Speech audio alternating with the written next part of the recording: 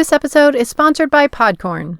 Podcorn is a marketplace that helps podcasters and advertisers find their perfect match. Click the link on our website or visit podcorn.com and find out more. This episode is also sponsored by our Patreon supporters, Jessica Smith, Rachel Kay, Jan Elise Cannon, Jamie Lang, Jill Harrigan, Maria Carla Sanchez, Heather McKinnon, Valerie Jacobson, Chantel Oliver, Ellie McDonald, Caitlin McTaggart, Lindsay Cummings, Lisa Aucoin, Lauren McAtee, Rue Doragon, and Rachel Tiven. Huge thanks to all our patrons.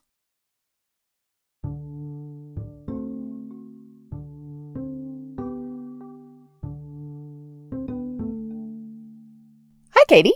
Hi, Olivia. It seems pretty obvious that forensics is one of the most popular topics in modern U.S. crime media in general. Absolutely. Every cop TV show, every law TV show, every true crime podcast. Yeah, it seems like they are never ending. But who started it? Agatha Christie. Well, Poirot didn't know the first thing about forensics. He poo-pooed forensics. Did he? He didn't need any such silly things as evidence. He just needed his little gray cells. I see. But Sherlock Holmes was all about there you go. Forensics, Yeah, right? Right. I think a lot of people know the inspiration for Sherlock Holmes was actually one of Arthur Conan Doyle's med school professors named Dr. Joseph Bell, who really did sort of invent forensic medicine. Okay. But that's a long way to go from 19th century Edinburgh to 21st century United States. Okay. So how did it get to CSI Miami? Science. Science, yes. But who convinced people that the science was important? Good point. Like, who convinced people that medical experts could contribute to law enforcement?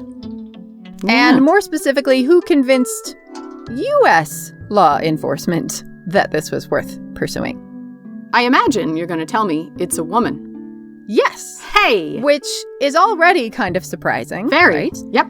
But I think you may be surprised to learn that the person who is almost entirely responsible for bringing modern forensic medicine to the United States was a 52-year-old socialite from Chicago. Yay!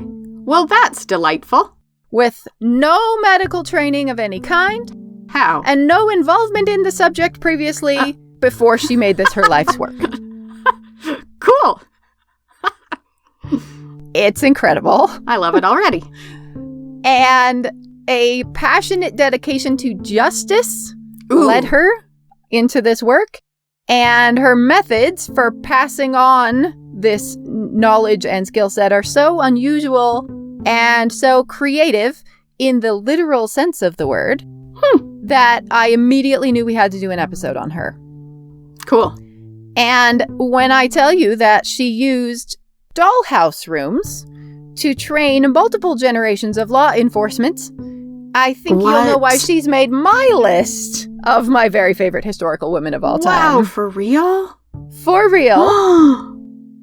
Her name was Frances Glessner Lee, and she is the mother of modern forensic pathology. Wow. Never heard of her.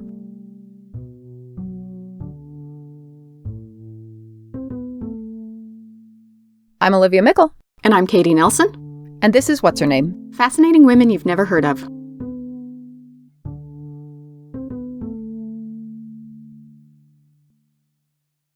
Now, I first discovered Frances Glessner Lee in this totally fascinating book called 18 Tiny Deaths by Bruce Goldfarb. It's called Unexplained Deaths in the UK. Oh, is that the book that you were compulsively reading while we were on our What'sHerName England tour? It is, yes. The one that anytime we had free time, I was frantically getting another chapter. Cool. Yes, it's that good. It's a completely fascinating biography and more of this incredible woman, and her most famous project The Nutshell Studies of Unexplained Death. Okay. That sounds like a charming children's novel. Yes, it sounds to me like a Neil Gaiman, Chris Grimley collaboration. Yeah. Yeah, I'd read it. Bruce Goldfarb is the curator of the Nutshell Studies of Unexplained Death, which are at the Chief Medical Examiner's office in Baltimore, Maryland. Curator, what is this thing? It's a physical thing? Patience. Wow. I want to be the curator of the Nutshell Studies of 18... Oh, it's the greatest title ever. Yeah. But it's only a little bit of what he does. My name is Bruce Goldfarb. I'm author of 18 Tiny Deaths, the biography of Francis Glessner Lee, and my day job is executive assistant to the Chief Medical Examiner for the state of Maryland. I kept coming back to the Nutshells. People would want me to arrange a visit. I'd return several times, and they got to know me there by face, and I was one of these regulars who was annoying people at the medical examiner's office. Flash forward many years later, in 2012, I was with a group of editors and arranged for a tour for this brand new state-of-the-art forensic medical center. And while we're on the tour, my friend, Mike Eagle, said that they had this opening for a public information officer, an executive assistant for the chief, and they wanted somebody with a medical background and writing experience, and it was just absolutely made for me. It was custom fit, so I got the job. Once I started at the OCME, Jerry D., who's the keeper of the Nutshell Secrets, literally threw the keys at me and said, "They're your problem now. You can take care of them." And so, I had the opportunity to really get to know them inside and out and peek around inside the cabinets. And, the more I learned about her, the more interested I was. And it was just obvious that there was a need for somebody to tell her story. This is now on top of my bucket list to go and visit to see these nutshells? The Nutshell Studies. Okay. But what are they, yes. you ask? I'm picturing like Tasha Tudor. I've got like charming little mice nestled in nutshells on, the night before Christmas. That's what I've got. Or like a dollhouse made of nuts. Is that? They're not that. They are dollhouses. Okay. They are dollhouse rooms, like no dollhouse rooms you've ever seen before. Okay. No actual nutshells. No actual nutshells involved. It's too late. It's going to be nutshell in my mind forever, and I'm loving it. Tasha Tudor would be horrified by these. But let's start at the beginning. Okay. Shall we? Mm-hmm. Frances Glessner was the daughter of John Glessner, who was a wealthy industrialist with International Harvester, which was one of the main tractor manufacturers in the 19th century. His wife, Frances Macbeth Glessner, Frances Glessner Lee's mother, was quite accomplished in her own right. And she was a jewelry maker and a silversmith and raised bees. The entire family was steeped in culture and the arts. They were big supporters of the Chicago Art Institute and the Chicago Symphony Orchestra. She had one sibling. She had one brother, George, and it was just the two of them. And they were one of the leading families of Chicago in the late 19th century. Ooh. What a time to be a leading family in Chicago. Yes, exactly. Where that is the place to be. Absolutely. One of the leading families. World's Fair and all. The sunny street of the sifted few was, wow, as they refer to the street where the very chosen got to live. Wow. That is where Frances Glessner grew up. Okay. In a very weird house, which is now a museum, which is also on my list. All of the other mansions built on this street were, of course, the height of Victorian prosperity, showy fronts, all of your wealth visible from the front door. Okay. This is a bizarre, almost blank brick wall. We'll have pictures of it. It's very imposing, unimpressive frontage. Weird. With tiny little doors, tiny little windows that open into the most incredible mansion you've ever seen inside. What? John Glessner built it. It was incredibly scandalous. Okay. Everyone hated it. Huh. But he was very dedicated to all things new. He did not want anything old-fashioned or traditional. Huh. And so he hired the up-and-coming new young American architect Henry Hobson Richardson to build this bizarre mansion in 1887. So is that why it's a museum? For the architecture? For the architecture and for the family, who were a big deal on their own. Okay. So you can still go and visit the Glessner House Museum. I want to go. I am so mad. Do you know how much time I've spent in Chicago? I know. And never knew this was here? Yeah.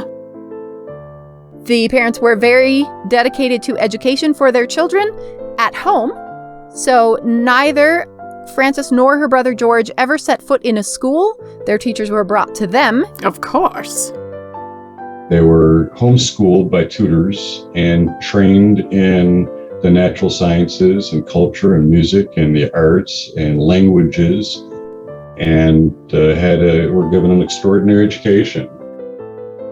Frances, very unusually for her time, was encouraged to pursue her interests in any field.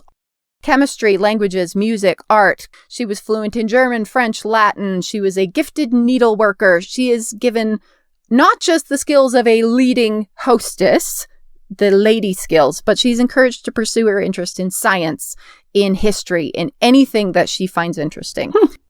But she has no formal qualifications. She's never been to school. Her role is to get married well, have children, and carry on the family's good, big name. Yeah.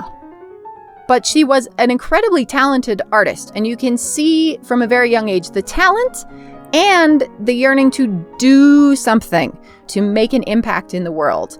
She doesn't just want to be the rich socialite. She wants to make something meaningful.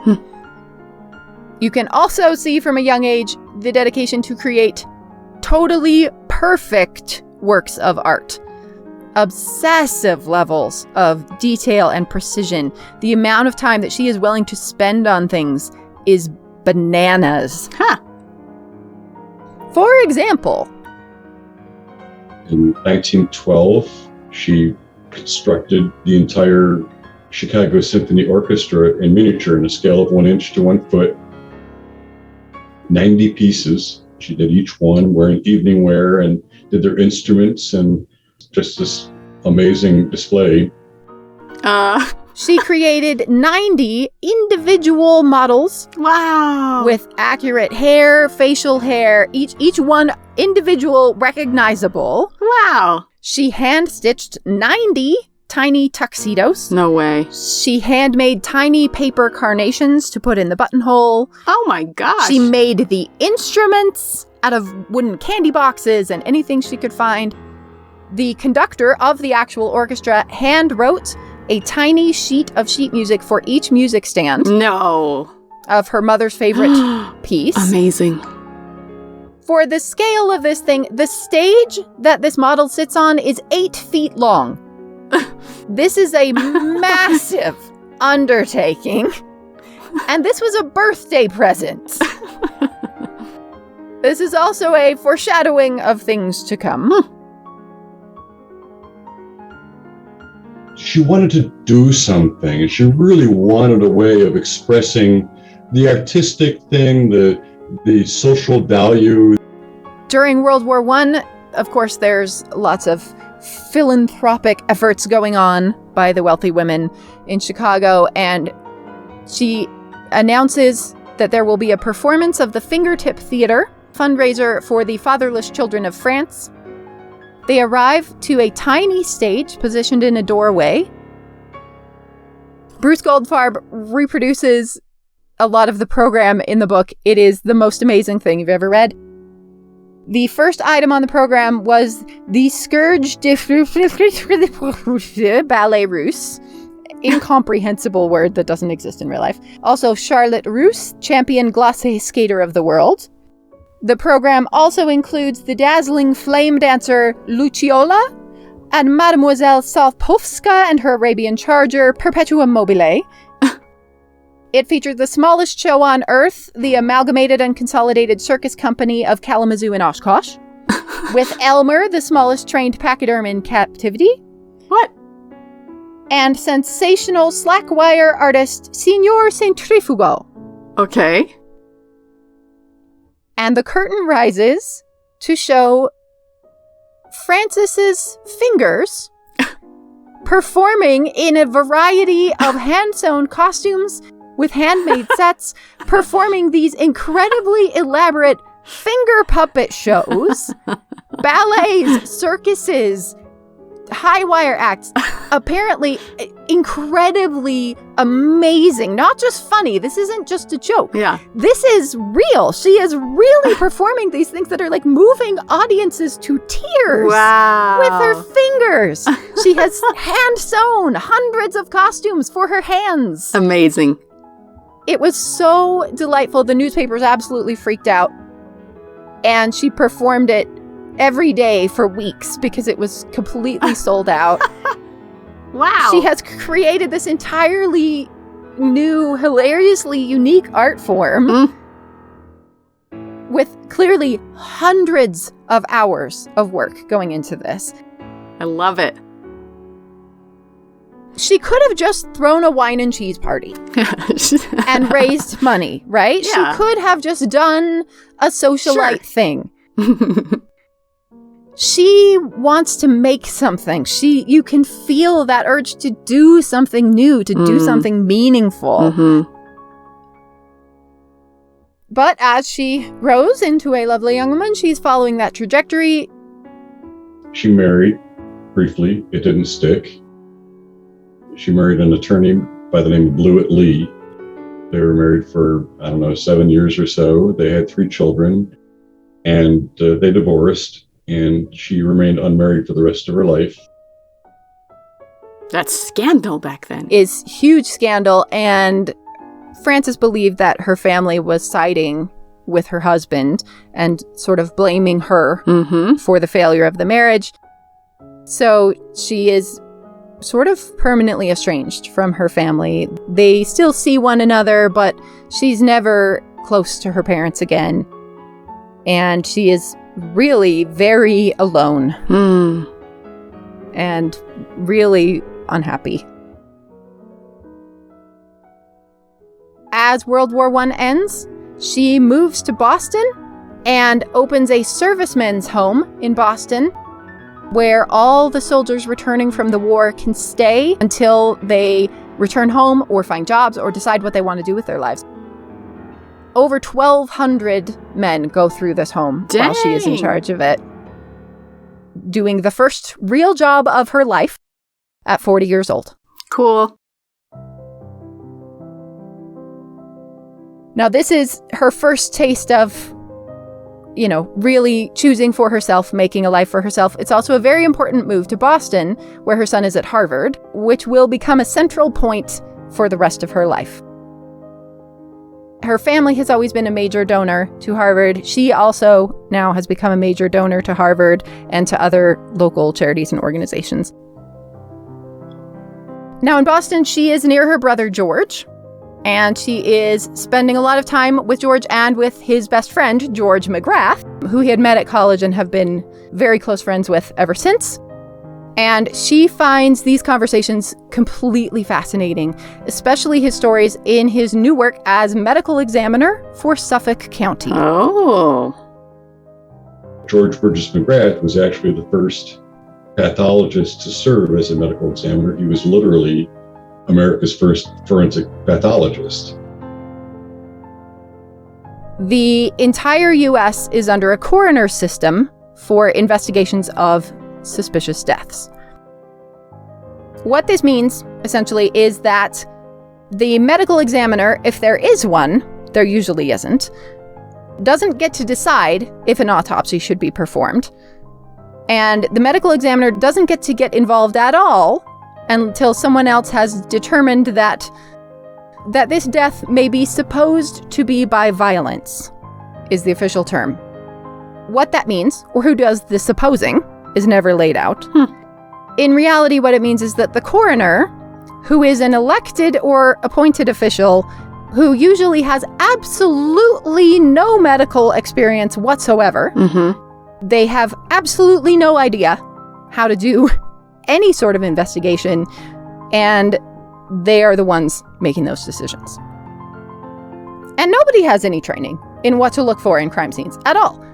No one is trained in how to examine a crime scene. In the 20s? In the 20s, which is shocking to me. I mean, knowing like the establishment of Scotland Yard in the 1800s and... Yes, well, the US is decades behind, almost a century behind on a lot of this. Interesting.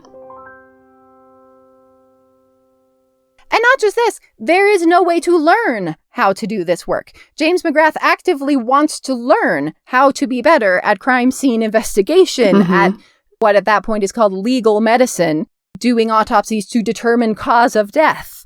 And there's nowhere for him to learn it. When he got the job in 1907, he realized that he was ill-equipped for the job. There was nowhere to be trained as a medical examiner. And so he went to Europe to learn at what was then the capitals of legal medicine in Europe. He learned in Edinburgh and Vienna and Paris, London, and learned about these scientific principles of death investigation. And he brought them back to the United States and incorporated that into his work as a medical examiner. And he also lectured to medical students at Harvard Medical School. So he was the first to introduce these principles of scientific death investigation and really pretty much established the field. And now let's pause for a word from our sponsor, Podcorn.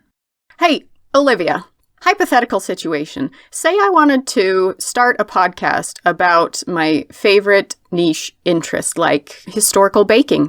Ah.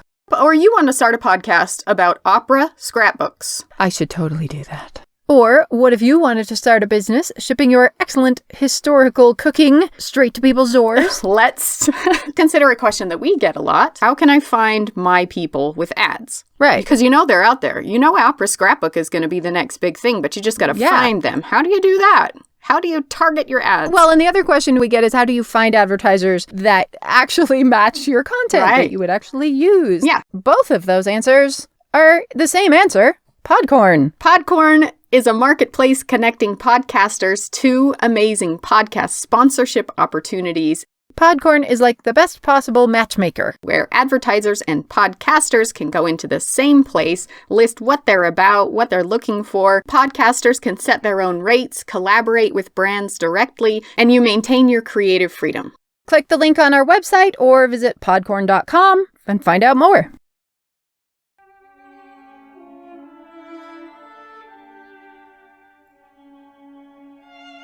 And then in 1929, George Burgess McGrath and she were both hospitalized at the same time. They are spending most of their time together talking about his work. She is completely fascinated by it. She wants to know everything, and he is venting his frustrations, but also telling her some of his best stories about, you know, the murders he's uncovered or the things he proved weren't murder and saved lives. And she is just absolutely captivated with all of this. And one of his main concerns is explaining to her how difficult it is to get a jury to understand the scene with just photographs or drawings, how he is making these deductions, because there's no way to show them the crime scene. And Frances Lee thinks back to, of course, all of her her model orchestra. Could you make them finger puppets? Said, what if you had a model? What if you brought in a model of the crime scene to show the jury? James McGrath is a little dismissive of the idea. He says, frankly, they won't even let me bring in photographs half the time. I don't think they would ever let me do that, but let me think about it. Nothing ever comes of it, but the seed is sown. And in one of the most important conversations of her life, and his, George McGrath made this offhand comment: the organs of the human body are the most decorative objects and would just be lovely in a mural or some piece of art to hang in a doctor's office or something. And that just triggered something in her mind and led her on this extraordinary journey. It led her towards this realization that she had a purpose. It was such a sublime discovery. She actually documented the moment that changed her life. And that's what it was this offhand comments about the beauty of the human organs. I can kind of see that, right? Like there's been this wall for her as a woman of what she's allowed to do or what she's supposed to do.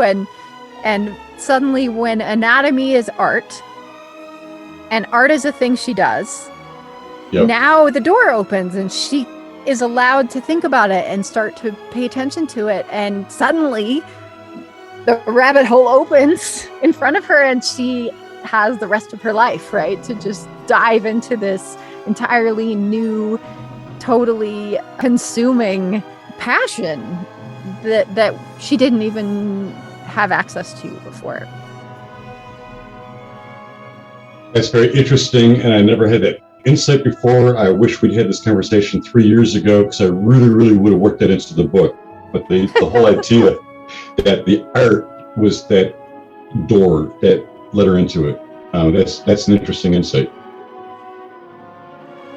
A door opens and she is able to imagine a different life for herself. Women are allowed to do art. Yeah. Women are allowed to be interested in art. And if the human body is art, if organs are art, yeah, then she can do it. She is allowed to do it. And from this moment, the rest of her life stretches out in front of her.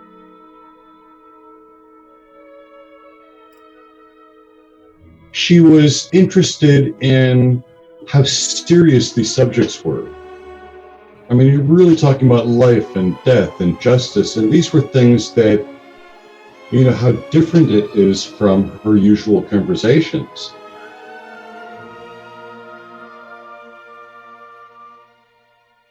It's not at all sure that James McGrath is going to recover from this infection that he is in the hospital for. And he's getting really concerned. He's telling her, I have all of this knowledge. I have done so many years of work and research and, you know, traveling to all these places and figuring out this way to do this work. And all of that knowledge dies with me. No one else cares. No one else knows how to do it. And I don't know how to pass this knowledge on. And Francis, ever practical, says, well, what do you want? What would you want? And he's sort of fantasizing. He says, well, I've been thinking for years, you know, a department of legal medicine. Yeah. You could have a big library and you could have a lab and you could train the whole next generation of police officers and medical examiners and you could teach people how to do this. But there's no way. I mean, I've thought about it for years. There's no way to make that happen. It will never happen. It's an impossible dream. And Francis says, well, hold on. Let me get some paper. Let me write this down. She starts outlining what he thinks would make a difference, how they could save the world with this. Because she knows that she absolutely can make this happen. Yeah. She has the International Harvester Fortune in her pocket. And she knows fully well how effective money is at convincing people that you're right. She's never under any illusions about why she is able to make things happen or what her responsibilities are maybe in the world. Mm-hmm. She was talking to a reporter very early in her life as a young woman, said, I didn't do a lick of work to deserve what I have. I feel I've been left with an obligation to do something that will benefit everybody. I feel that I must justify my reason for being here. Ooh. Mm-hmm. She was not under the mistaken assumption that she had the things that she had because she earned them, right? Yeah. She knew just how much dumb luck went into her position in life. And she knew that money moved mountains, and so it was her responsibility to move them the right way. As they both leave the hospital, she is single-minded in the pursuit of this. She starts attending James McGrath's autopsies. He's training her in forensic medicine. She's his first student. Cool. She is completely immersed in this, and she has all the background training from all of her own studies. She's just never gotten a degree. Yeah. But she is suddenly completely immersed in this science. She wants to see firsthand. She wants to understand. And this work is going to consume the rest of her life. And nobody else was doing it. And because nobody else is doing it, I don't think you're going to get the same disapproval. Nobody had done it, so there's really no way of knowing what was right or wrong. There really was no template. There's nobody else to compare it to. No way of knowing if this is appropriate or inappropriate for anybody. She takes that outline she wrote down in the hospital, begins planning out what will actually be needed. How can they make this happen? And in 1936, she sends a proposal to the Harvard Medical School that she will donate $250,000, which is about $4 million now, to create a department of legal medicine. Wow. Which will be headed by James McGrath. She will leave another $250,000 in her will to Harvard to carry on the project after she dies. And actually, she left $1 million after telling them she would leave $250,000. So that's about $15 million. Wow. She will also pay McGrath's salary for his life and for a secretary and a librarian for the department. And her only requirements are that she must remain anonymous until she says so. And the department must be named after McGrath or honor McGrath in some way of their choosing. Wow. So the library becomes the James McGrath Library of Legal Medicine. It's all her books. Yeah. But it's named after him. Cool. And she gets to stay involved. It's phrased in a way that I would love to keep offering things to the department, but everyone understands she gets a say in what's happening here. Mm-hmm. They're a little skeptical. This is a huge undertaking. They don't think it can actually happen. Creating an entirely new department. Mm-hmm. Even with that much money, they just aren't sure this is going to happen. And then she offers one extra piece of information, which is, oh, by the way, one more thing. I will not be donating any more money to Harvard unless you do this. Aha! Money talks. So, they agree. The Department of Legal Medicine is founded, and in its first year, the department involved itself in 56 cases. Wow. And 13 of those cases, they discovered evidence that completely changed the legal trajectory of those cases. Wow. 9 homicides, in quotes, were found to actually be accidents, and all charges dropped. Wow. And 4 accidents were ruled actually homicides. Amazing. This is the reason she's doing this work.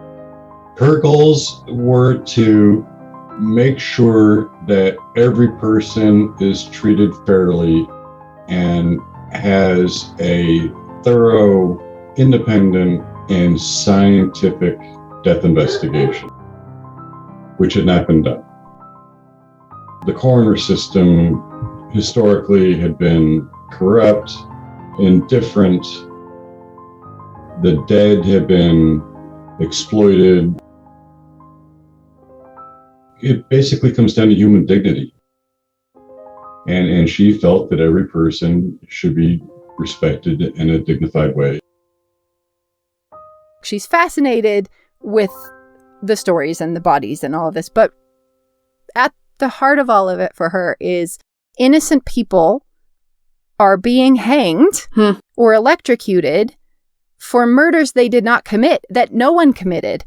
This total lack of interest and skill is costing innocent lives. Wow. And letting murderers go free, but the main concern for her was innocent people are being executed for crimes that never occurred. So in the first year of its existence, her department is already proving the worthwhileness of the project. That must have been so gratifying. And once she had her mind on something, she was really indomitable. She was a steamroller, and nothing would keep her from what she wanted to do. And these were all things that she came to a realization on her own. There was no book to pick up and see, how do I do this? And she realized that in order to move towards a a medical examiner system, you need to reform the laws, you need to increase the manpower, and you need to train the police. And so she's worked at each one of these things. You need to change state laws to abolish the office of coroner and the coroner's inquest. In many cases, this is very complicated and time-consuming. You need to change the state constitution. But she was she was a lobbyist, she was an activist in Massachusetts and Connecticut, New Hampshire, and Maryland, and DC, and Virginia, and Oklahoma. She put her money where her mouth is. Literally, she spent equivalent to $3.4 million to make sure that there was an academic medical program at Harvard Medical School, the first one in the United States. As the department becomes bigger and more prominent, people are very interested in this. Suddenly, this is the wave of the future. There's constant pushback, of course, but for medical examiners, for aspiring police detectives, this is a great way to give yourself credibility. This is a great way to make yourself the expert in the room. And Frances Glessner Lee is involved at every level. She is working with police. She's now giving trainings and workshops. The department isn't just training the students in the Harvard Medical School. They are offering twice-a-year workshops to district attorneys, medical examiners, police officers. Anyone who wants to sign up can come and take this 2-week training and learn the basics of forensic medicine. Cool. From Frances Glessner Lee, along with all of these other people. She's creating materials for all of these trainings. She is innovating new ways to do this because no one's ever thought of it before. They are trying to do training on ballistics. How do you tell what kind of a weapon made this wound? Interesting. Well, we need something that students can look at and see. So she commissions these dozens of plaster panels that are simulated gunshot wounds in skin. Ooh. Showing all of the different, here is what a Mauser would look like. Here's what, and all of them perfectly artistically rendered so students can identify different gunshot wounds. Clever. She's using art to make science possible. Love it. At every point, she was using the skills that she had to solve the immediate problem. And then, of course, her most famous achievement. We need something to teach people. How do you teach crime scene investigation? How do you teach somebody to look? And that's a really difficult educational objective. She, all these years, has still been puzzling over the problem McGrath gave her in the hospital. How do you get people to see? How can you train people how to investigate a crime scene when there's 250 students in a workshop? You can't go visit crime scenes, and you can't guarantee that there will just happen to be crime scenes available during the week of the workshop. So, she begins to create nutshell deaths. Nutshell deaths. What she calls the nutshell studies of unexpected death. These are eventually 20 tiny models of the scene of an unexplained death. They are dollhouse rooms with death scenes. Amazing. How tiny? Like on a scale of 1 inch to 1 foot. Wow. They are the most fascinating, macabre, gruesome, beautiful, intricate things you have ever seen. Cool. They are precisely replicated death scenes on such perfect detail that students can actually solve what happened from this room. The clues are all there. Oh, that's and you can solve it from the room. I love that these still exist. Amazing. Bruce Goldfarb was generous enough to give me a Zoom tour during our interview of the exhibits, and I was absolutely, completely wigging out. But there's lots of photos on our website, but there's also a link to a virtual tour with 360-degree views. You can go inside the rooms. And you incredible. Could solve them? I need you to look at some of these pictures while we're talking about it. Okay. Because I can't overemphasize how incredible these are. Okay, so I'm pulling it up. No way. What? Each one of these offers a different unexpected death that they can investigate. It looks like a suicide. Is it a suicide? Was this an accident? Was this a murder? This is incorporating things like, which direction do the footprints go through the blood? Notice the water splashes next to the sink. What does that tell you about what happened on the other side of the room? Look at the detail of this. Ooh, it's grisly. It's like cute, but grisly. It's upsetting. Yeah, it's a very upsetting mix of incredibly beautiful artistry and deeply upsetting, like, gruesome. Here's a blood spatter death. Woman hanging from the rafters. Mm-hmm. Underneath her, a chair knocked over and a ton of papers scattered around, handwritten. So she made like a replica of every single paper and every single paper. Oh, amazing! Things you can't even see. The backside of things. Look, there's a doll replica of a doll sitting on a rocking chair. She would go to any lengths to find these things. This is so huge wild. Amounts of money. Like that quilt, it's like hand stitched, and she hand stitched the quilt. She hand paints the wallpaper at tiny scale. The level of detail is mind blowing. There are working mouse traps. Wow! She shrunk down the front page of a newspaper, and then has a plate. Oh my gosh! Created like a print plate to have this actually printed at a newspaper office at 1-inch scale. That's amazing. For the scene. I mean, I've never heard of such an incredibly creative and educational use for miniatures. I mean, I know the world of miniatures is such a big and thriving world and such a cool thing to create, but to use your love of miniatures. Yeah. I mean, and of course, for me, this is just the perfect, I was deeply devoted to making dollhouse furniture. Very elaborate furniture made out of toothpaste boxes and, tiny little pieces of tinfoil. Yeah. And that and murder mysteries. Yeah. All in the same thing. It's amazing the amount of work she's putting into she's hand sewing all the clothing. And this is during World War II. So it is very difficult to get a hold of things. It takes her a year and a half to find a toy car the right size for this car crash scene that she's trying to make. Wow.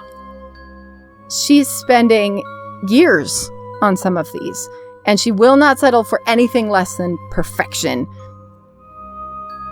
The most illuminating story to me is that she needed 1/4-inch hinges for the door for one of these scenes, and the only ones available were like 3/8 inch.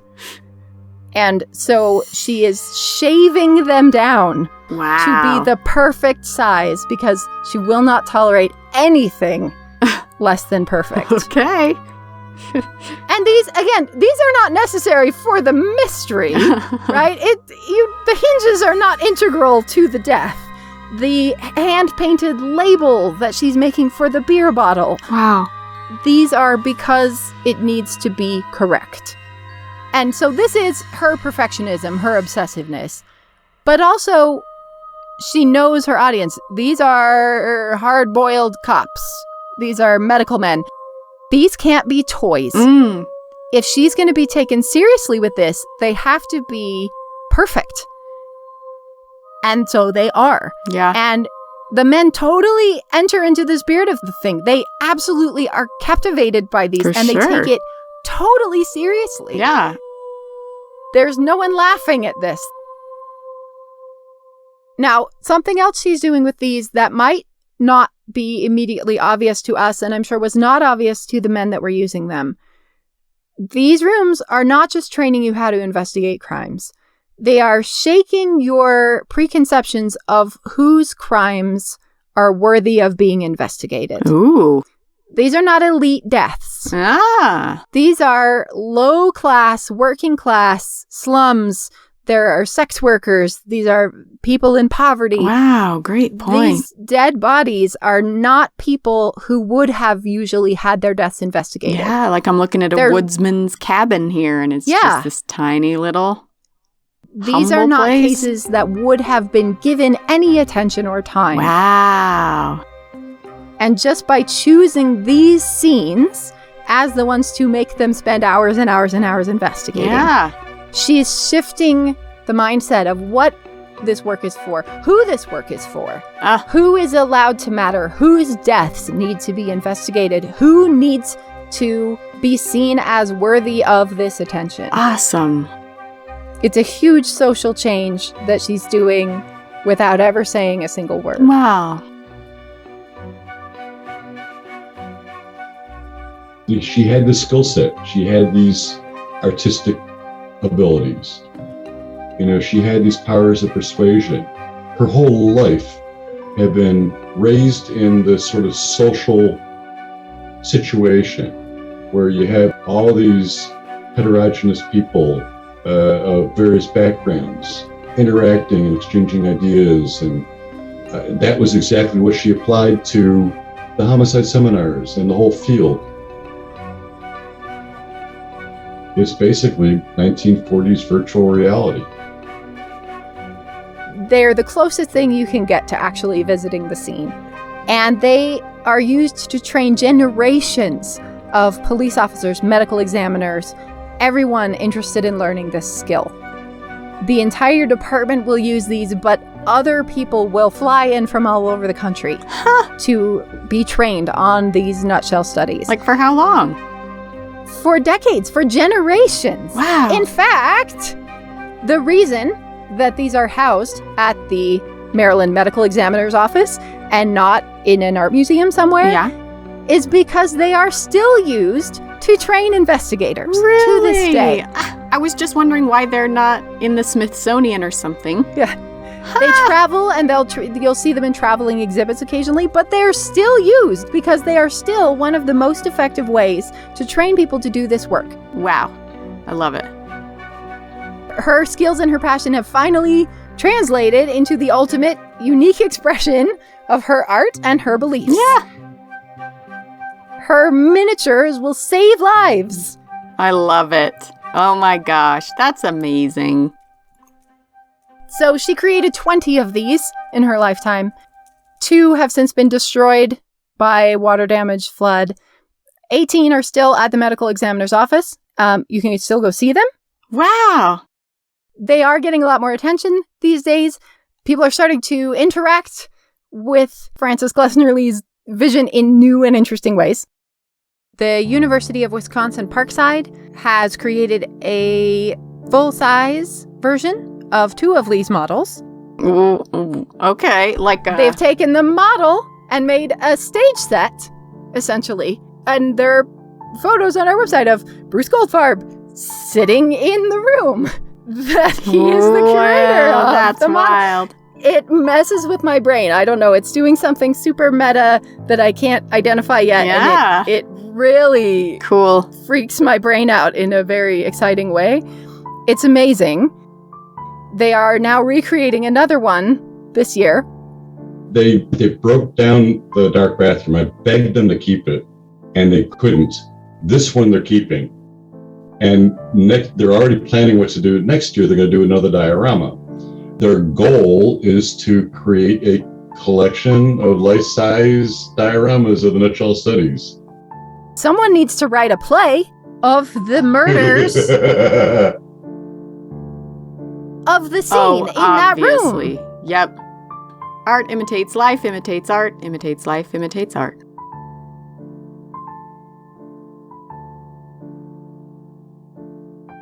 She was made a police captain. She was 66 years old. Everything that she did was in the last few decades of her life.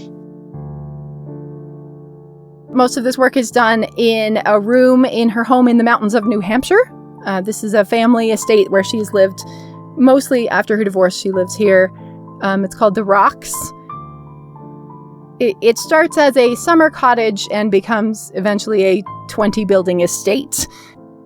She also had a number of, she had heart problems, broke bones frequently. She had several heart attacks. She was losing her vision, losing her hearing. Towards the end, she had this massive hearing aid that she had to hold up to people to yell at her. This is just another little marker of why I love her so much. Toward the end of her life, she finally moves out of this home that she's lived in half of her life, this elaborate estate, into a tiny purple trailer home. She buys a brand new, super modern trailer home. Wow. Puts it up on the farm. She has windows looking out over her favorite view. She can move around easily without her walker because everything is small and close together. Oh my she gosh. can hang onto furniture. She got to live in a miniature house with miniature everything. Oh, I never even thought of that.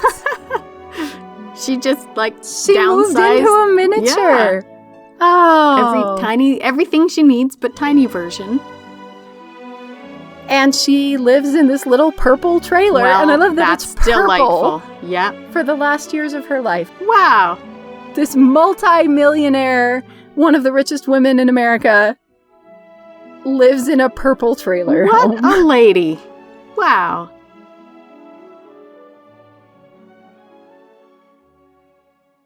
It's still there, and it's a working farm. When they donated it to the state of New Hampshire, it was a condition there always be a crop in the fields. The crop now is Christmas trees. So if anyone listening has ever bought a Christmas tree from the Rocks in New Hampshire, you bought a Christmas tree from Frances Glessner Lee's farm. Aw. How cool.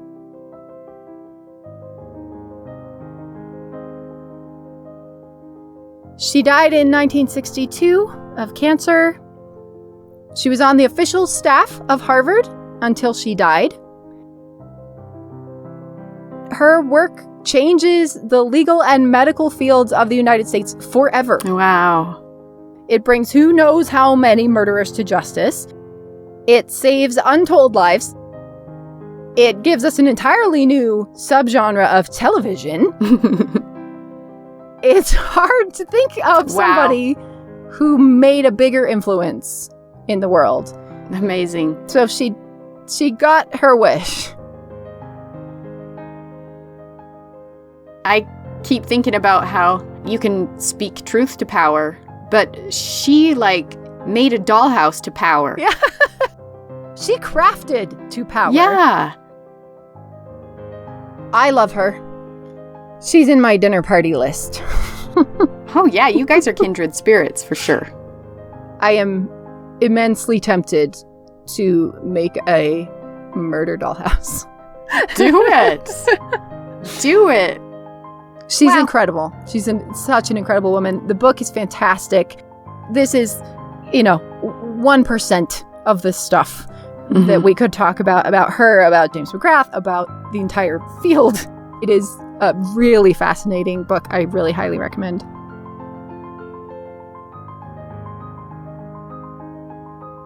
As amazing as these dioramas are, and I love them, it's a really almost a parenthetical thing that she did in the scope of her life. She created a field of medical practice from the ground up that did not exist. The reason why forensic medicine happened when it did is because of her.